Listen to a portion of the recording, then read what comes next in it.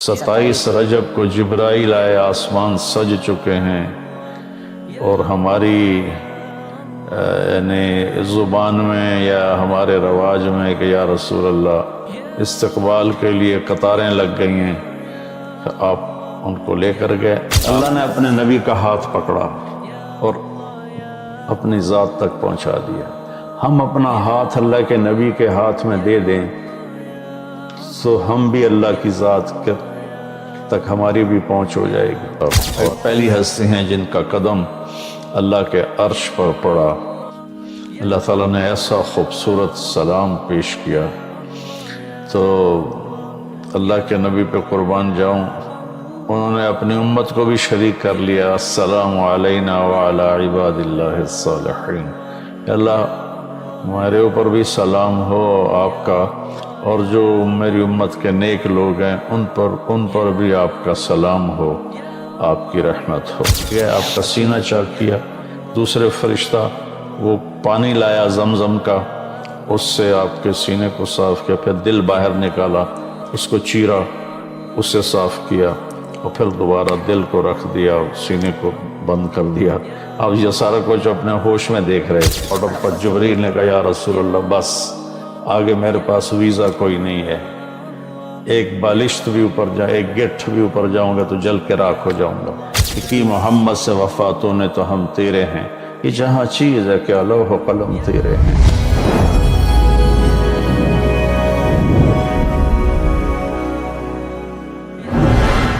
السلام علیکم ورحمۃ اللہ وبرکاتہ۔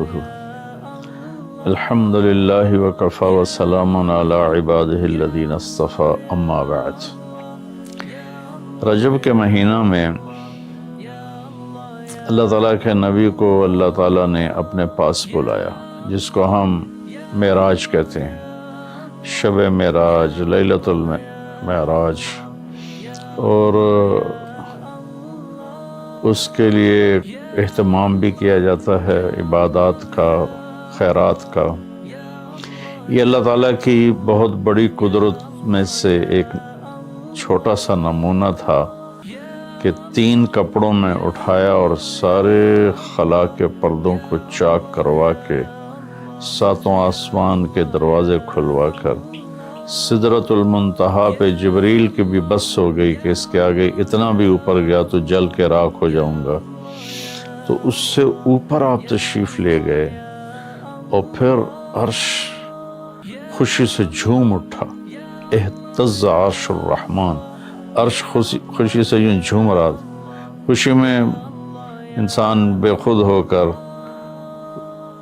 جھومنے لگ جاتا ہے، تو اللہ کا عرش جھومنے لگا آپ کی آمد پر۔ اور پہلی ہستی ہیں جن کا قدم اللہ کے عرش پر پڑا، اور اللہ تعالیٰ اور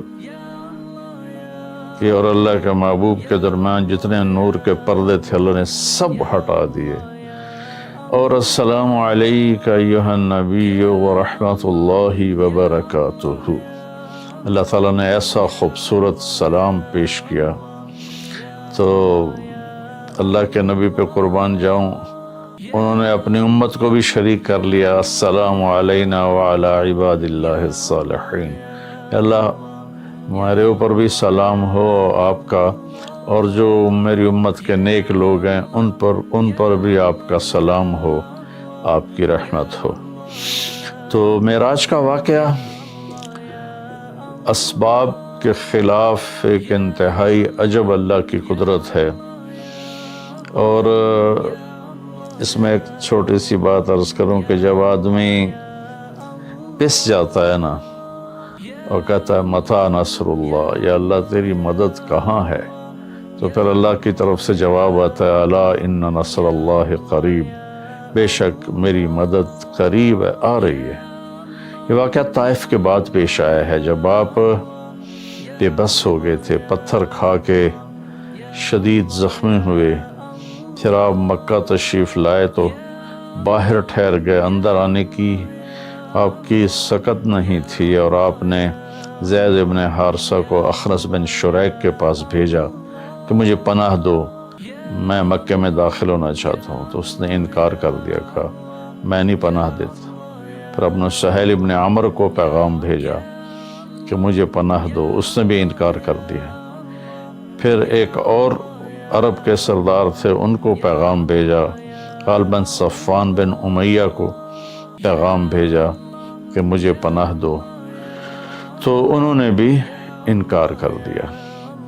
تو پھر آپ نے مطعم بن عدی کو پیغام بھیجا، ان کے بیٹے جبیر صحابی بنے، تو مطعم بن عدی کو پیغام بھیجا تو وہ اپنے بچوں کو لے کر باہر گیا اور اللہ کے نبی کو اپنے بیٹوں کے ساتھ لے کر مکہ میں انٹر ہوا، حرم شریف میں آ کے اعلان کیا آج کے بعد محمد بن عبداللہ صلی اللہ علیہ وسلم میری پناہ میں ہے، انہیں کوئی ٹچ نہیں کر سکتا۔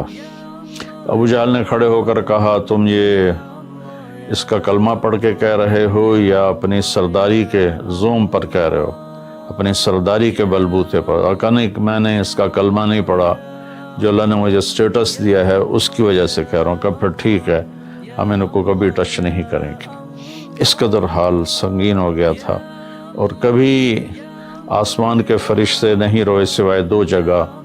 ایک دفعہ جب ابراہیم علیہ السلام نے حضرت اسماعیل کو الٹا لیٹایا اور چھری ہاتھ میں اور سر کے بال ہاتھ میں اس طرح، اور یوں آسمان کو دیکھ کے کہا یا اللہ تو مجھ سے ناراض ہو گیا ہے کہ میرے دل میں اسماعیل کی محبت آ گئی ہے۔ اس پر آسمان کے فرشتے زار و قطار روئے تھے۔ اور ایک جب ہمارے نبی کو پتھر پڑے اور پڑھتے پڑھتے بے ہوش ہو کے گر گئے، اس وقت ساتوں آسمان کے فرشتے روئے تھے۔ اور پھر ملک الجبال حاضر ہوا، یا رسول اللہ اجازت ہو تو ان کو ایسے پیس کے سرما بنا کے رکھ دوں، ان اطبق علیہم الاخشبین۔ آپ نے کہا نہیں، لا اللہ ان یخرج من اصلابہ من یوحد اللہ، نہیں، اللہ تعالیٰ ان کی نسل میں ایسے پیدا کرے گا جو اللہ کی توحید کو ماننے والے ہوں گے۔ اس تکلیف کے بعد یہ سفر ہوا کہ 27 رجب کو جبرائیل آئے، آسمان سج چکے ہیں، اور ہماری یعنی زبان میں یا ہمارے رواج میں کہ یا رسول اللہ استقبال کے لیے قطاریں لگ گئی ہیں، آپ ان کو لے کر گئے۔ آپ ام ہانی رضی اللہ عنہ حضرت علی رضی اللہ تعالیٰ عنہ کے گھر میں تھے آپ، تو وہاں سے حتیم میں لے گئے، آپ کا سینہ چاک کیا۔ دوسرے فرشتہ وہ پانی لایا زمزم کا، اس سے آپ کے سینے کو صاف کیا، پھر دل باہر نکالا، اس کو چیرا، اسے صاف کیا، اور پھر دوبارہ دل کو رکھ دیا، سینے کو بند کر دیا۔ اب یہ سارا کچھ اپنے ہوش میں دیکھ رہے تھے۔ پھر وہاں سے براق پہ سوار ہوئے۔ براق گدھے سے بڑا قد، خچر سے چھوٹا قد والا ایک جانور تھا، جس پر آپ کو سوار کرایا گیا، اور وہ تھوڑا مستی کرنے لگا تو جبریل بولے تو یہ پتہ ہے تیرے اوپر کون سوار ہیں؟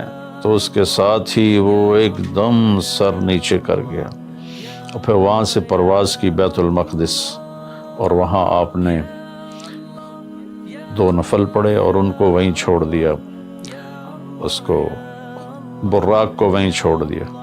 وہاں سے پھر سفر شروع ہوا اللہ کی طرف۔ اس سفر کو اللہ نے یوں بیان کیا، سبحان الذی اسری بعبدہ لیلا من المسجد الحرام الى المسجد الاقصى الذی بارکنا حولہ لنریہ من آیاتنا انہ هو السمیع العلیم۔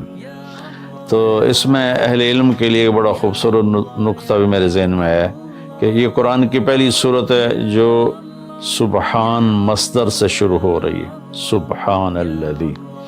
پھر اس کو آگے لے جا کر اللہ تعالیٰ نے مصدر کے بعد فعل ماضی ہوتا ہے تو سبح للہ ما فی السماوات والارض کے ساتھ شروع کیا، تو مصدر آیا، ماضی آیا، ماضی کے بعد مضارع ہوتا ہے، فیوچر ہوتا ہے، مستقبل ہوتا ہے، تو یسبح للہ ما فی السماوات وما فی الارض الملک القدوس العزیز الحکیم۔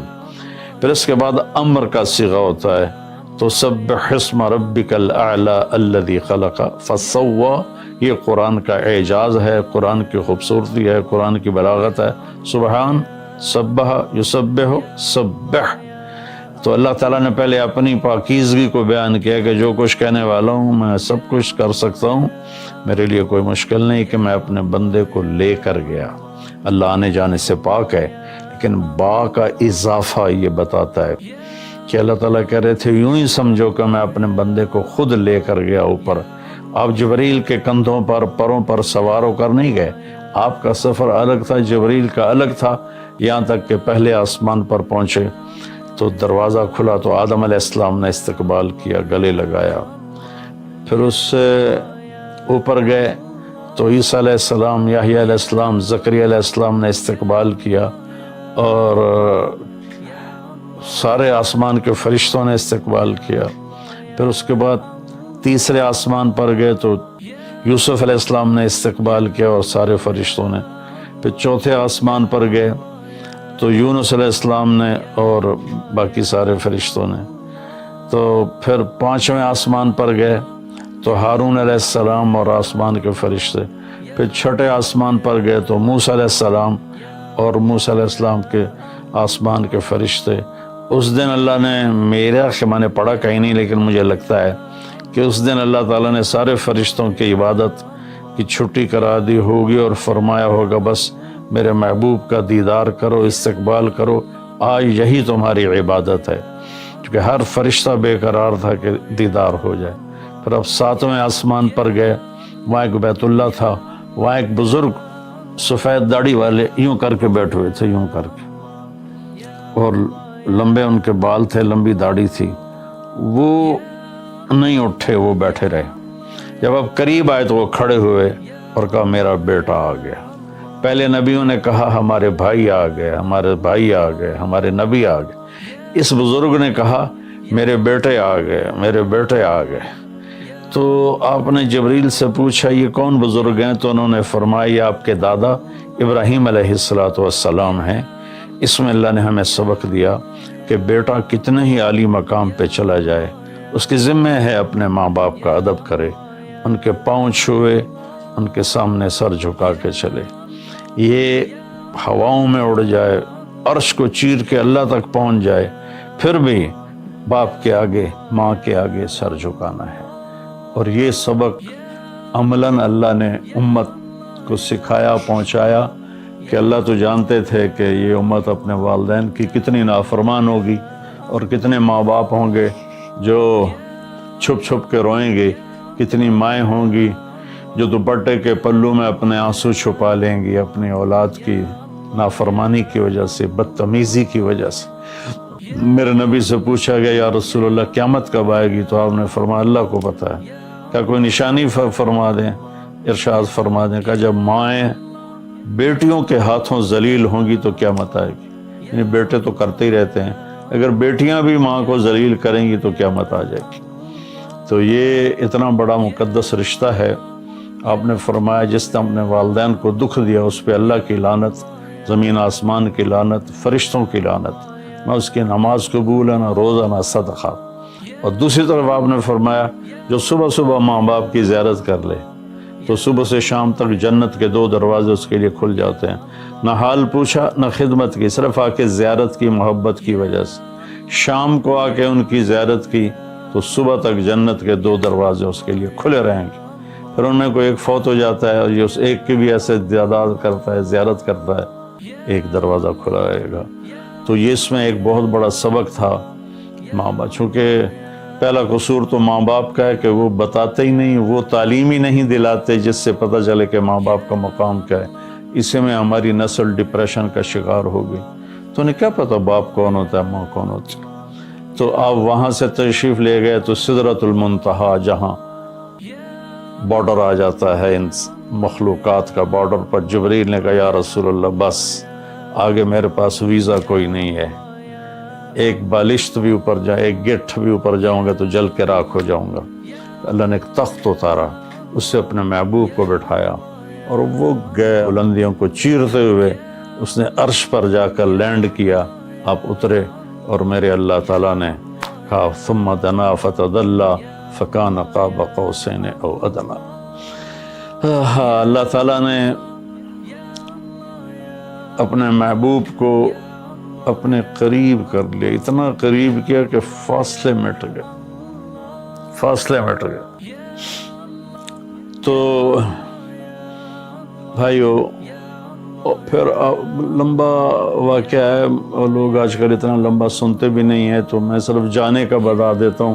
واپسی کا بھی پورا ایک کہانی ہے، جنت دکھائی، جہنم دکھائی، جنتی دکھائے، جہنمی دکھائے، سارا کچھ دکھایا، سود خور دکھائے، بے نمازی دکھائے، نمازی دکھائے، اپنے سب کو اپنی آنکھوں سے دیکھا، جہنم کو بھڑکتے دیکھا، جنت کو چمکتے دیکھا، جہنم کو دہکتے دیکھا اور جنت کو مہکتے دیکھا۔ یہ سب کچھ آپ نے اپنی آنکھوں سے دیکھا، اور پھر آپ واپس تشریف لائے۔ تو جب آپ پہنچے تو ابھی رات کا حصہ باقی تھا، اور رات گزری نہیں تھی جب آپ اتنی بڑی کائنات کا سفر کر کے واپس تشریف لائے۔ تو اس میں ایک بڑا سبق ہے، وہ یہ ہے کہ اللہ نے اپنے نبی کا ہاتھ پکڑا اور اپنی ذات تک پہنچا دیا۔ ہم اپنا ہاتھ اللہ کے نبی کے ہاتھ میں دے دیں تو ہم بھی اللہ کی ذات تک ہماری بھی پہنچ ہو جائے گی۔ اگر کوئی بڑائی کے سفر طے کرنا چاہتا، بڑا آدمی بننا چاہتا ہے کہ میں تو جی گریٹ مین بننا چاہتا ہوں، میں کامیابی چاہتا ہوں، میں سکسیسفل لائف چاہتا ہوں، تو کامیابی ہے کہ میرا آپ کا اللہ ہم پہ راضی ہو، جب ہم مریں تو وہ ہم سے خوش ہو کر ملے، ہمیں جنت کا پروانہ دے۔ یہ ہے کامیابی۔ یہ نہیں کہ آپ بڑے مالدار بن گئے، آپ امریکہ کے صدر بن گئے، یہ نہیں ہے کامیابی۔ یہ ہے کہ آپ سے مجھ سے اللہ راضی ہو جائے، یہ سب سے بڑی کامیابی ہے۔ تو اللہ تعالیٰ کے نبی کے ہاتھوں میں ہاتھ دے دے تو اللہ تک پہنچائی آسان ہو جائے گی۔ ایک واقعہ سنا کے ختم کرتا ہوں۔ ایک بدو آیا، کہنے لگا ہے محمد، آپ نے کہا جی۔ اب بدتمیزی کا جواب بدتمیزی سے نہیں، پیار سے دیتے، جی تیری 3 باتیں بڑی عجیب ہیں۔ آپ نے کہا کیا؟ تو کہتا ہم باپ دادے کا دین چھوڑ کے تیرے دین پہ آ جائیں گے۔ ہم کیوں چھوڑیں باپ دادے کا دین؟ کہا اچھا اور؟ تو کہتا ہے کہ ہم مر کے مٹی ہو جائیں گے اور پھر دوبارہ زندہ کیے جائیں گے۔ کہا اچھا اور؟ تو کہتا ہے سورے عرب کو تیری امت فتح کر لے گی، ایران اور یورپ کو بھی تیری امت فتح کر لے گی۔ تو یہ کیسی بچوں والی باتیں کہا، ان کو روٹی نہیں ملتی، اور یہ سنا رہا ہے ان کو کہ اس سے کیسر اور کسرا 2 بڑے بلاک تھے اس وقت۔ تو آپ نے مسکرا کے فرمایا انشاءاللہ تیری عمر لمبی ہوگی، تو دیکھے گا کہ سارا عرب و عجم میرا کلمہ پڑھے گا، پھر تو دیکھے گا کہ سارا عرب و عجم یہاں مدینہ ڈھک کے آئے گا، اور پھر تو دیکھے گا کہ اللہ تعالیٰ قیامت کے دن تجھے بھی کھڑا کرے گا، مجھے بھی کھڑا کرے گا، اور میں تیرا ہاتھ پکڑ کے تجھے یاد دلاؤں گا کہ ہو گیا یہ زندہ ہونا کہ نہیں ہوا۔ تو وہ کہنے لگا نہیں میں نہیں مانتا، تو چلا گیا۔ اس نے پھر ابوبکر صدیق کے دور میں دیکھا سارا عرب فتح ہو گیا، کہنے لگا پہلی بات تو پوری ہوگی، ساری قوم نے کلمہ پڑھ لیا۔ حضرت عمر کا زمانہ آیا تو کیسر اور کسرا پٹ گئے، تو کہنے لگا دوئی گل بھی پوری ہوگی، ہن باویں تری ہو ہی نہ جاوے کدائیں، چلیے بھائی کلمہ پڑھیے۔ تو وہ وہاں سے اپنے علاقے سے آیا، حضرت عمر کے دربار میں آ کر اس نے کلمہ پڑھا۔ جب وہ آپ کی محفل میں آتا آپ اس کے لیے کھڑے ہو جاتے، بڑا اکرام کرتے۔ تو ایک دفعہ فرمایا کہ تم دیکھتے ہو میں اس بدو کا بڑا اکرام کرتا ہوں، میں اس محفل میں تھا جس میں اللہ کے نبی نے کہا تھا کہ رہے گی تیسری بات تو تیرا ہاتھ پکڑ کے بتاؤں گا کہ ہوئی کہ نہیں ہوئی، ہم مر کے زندہ ہوئے ہیں کہ نہیں ہوئے، اور قیامت کا دن جس کا ہاتھ میرے نبی کے ہاتھ میں آ گیا وہ جنت میں پہنچانے سے پہلے کبھی نہیں چھوڑیں گے۔ تو یہ وہ شخص ہے جس کا ہاتھ میرے نبی نے پکڑا ہوا ہے، اس کو جنت تک پہنچا کے چھوڑیں گے۔ تو میرے عزیزوں، میرے بھائی بہنوں، بچوں بچیوں، ہم مختلف قسم کی نافرمانیوں کا شکار ہیں، اور اس میں ہم لذت ڈھونڈتے پھر رہے ہیں اور فرسٹریشن کا شکار ہیں۔ ہماری نئی نسل نشوں پہ لگی ہوئی ہے، اللہ کے واسطے سب سے ہاتھ چھڑا کر اللہ کے نبی کو اپنا ہاتھ پکڑا دو، وہ آپ کو یوں پکڑیں گے اور اللہ پاک سے جا کر ملا دیں گے، اور فرشتے بھی آپ پر رشک کریں گے۔ یہ واقعہ معراج کی اصل تھیم ہے، اور واقعہ معراج کا اصل پیغام ہے کہ کی محمد سے وفاتوں نے تو ہم تیرے ہیں۔ یہ جہاں چیز ہے کہ لوح و قلم تیرے ہیں۔ السلام علیکم ورحمۃ اللہ۔